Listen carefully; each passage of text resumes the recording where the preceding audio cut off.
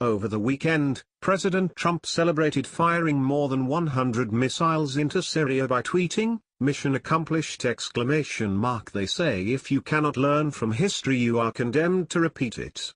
So I guess we are repeating it. We all remember that mission accomplished was the banner behind then-President Bush as he gloated aboard a U.S. Navy ship that the war in Iraq had been won. After his victory, however, some 4,000 U.S. military personnel were killed, perhaps 1 million Iraqis were killed, and the country's infrastructure and social fabric were so badly destroyed that they probably can never be repaired. Actually, there is much about the U.S. attack on Syria that reminds us of Iraq. With Iraq, the U.S. moved in to start bombing before international inspectors had completed their mission to verify whether or not Saddam Hussein had weapons of mass destruction. Had they been allowed to complete their mission and verify that he did not, imagine the suffering, death, and destruction that could have been avoided. In Syria, the U.S. decided to start bombing before the international inspectors were even allowed to start checking claims that Assad gassed his own people in Douma. Why? What was the rush?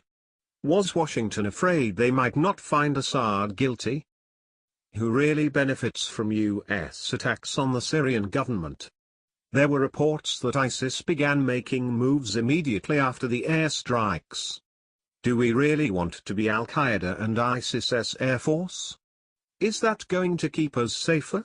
I remember when Al-Qaeda was actually considered our enemy, not an ally in overthrowing the last secular government in the Middle East. Will Syria's Christians be better off after the recent U.S. attack? Just over a week ago, Christians celebrated Easter in Aleppo for the first time in years. What changed? The Syrian army kicked out Al-Qaeda, which had been occupying the eastern part of the city. So no, Christians will be much worse off if our moderate terrorists take control of Syria. If Syria really had sarin and other chemical weapons factories, does it make sense for the US to bomb the buildings and risk killing thousands by widely dispersing the poisons? Does it make sense to risk killing Syrian civilians with chemical weapons in retaliation for allegations that the Syrian government killed civilians with chemical weapons? No.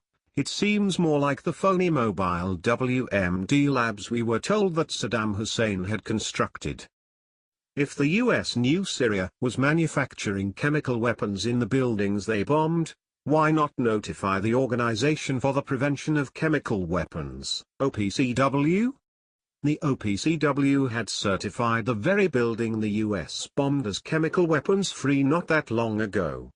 Why not just call them up and ask them to check it out? After all, they were just arriving in the country as the US started bombing. There are many more questions about President Trump's terrible decision to again make war on Syria. For example, where is Congress? It was disgraceful to see Speaker Paul Ryan telling the president he needs no congressional authorization to attack Syria.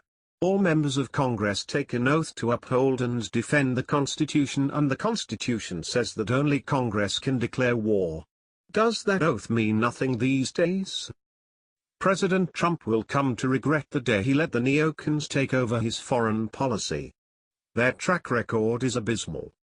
His attack on Syria was clearly illegal, and should his party lose the House in November, he may find his new fair weather friends in the Democratic Party quickly turning foul.